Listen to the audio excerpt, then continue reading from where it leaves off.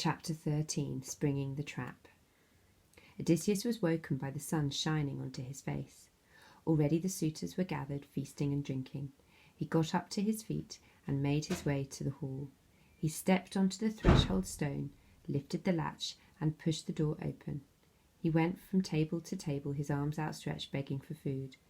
One of the suitors said, "Look, the old beggar is back."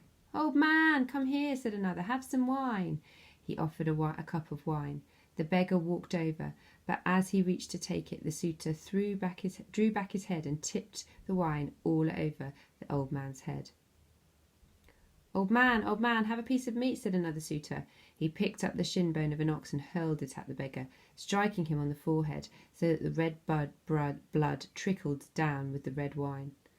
All the suitors threw back their heads and bellowed with laughter. But then suddenly their laughter stopped. Penelope was coming down the stairs from her bedchamber. She was dressed in bright silks with her hair hanging loose over her shoulders. Old Eurycleia was hobbling down behind her. When Penelope reached the bottom of the stairs, she stopped and turned to the suitors. "For years you have fastened on my husband's hall as your place of perpetual feasting. Your excuse has always been that you want to win my hand in marriage, and now the time has come for me to put you to the test."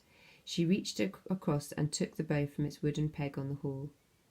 "Whoever comes closest to matching my husband in skill, whoever can draw a string across his bow and loose an arrow through the rings of 12 ceremonial axe handles, he will be the one I will take as a new husband. The time has come for me to bid farewell forever to these walls that welcomed me as a wife all those years ago." Penelope turned and nodded to Eurycleia. Straightway the old woman set to work.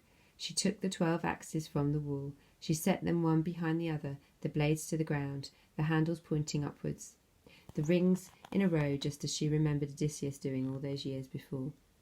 When everything was ready, Penelope turned to the suitors again. "Now which one of you is man enough to win me?" There was a great hubbub and discussion among the suitors then as to who should go first. They decided to take turns, following the direction that the wine jug took when it was passed from hand to hand. The first to try was called Odysseus. He took the bow in his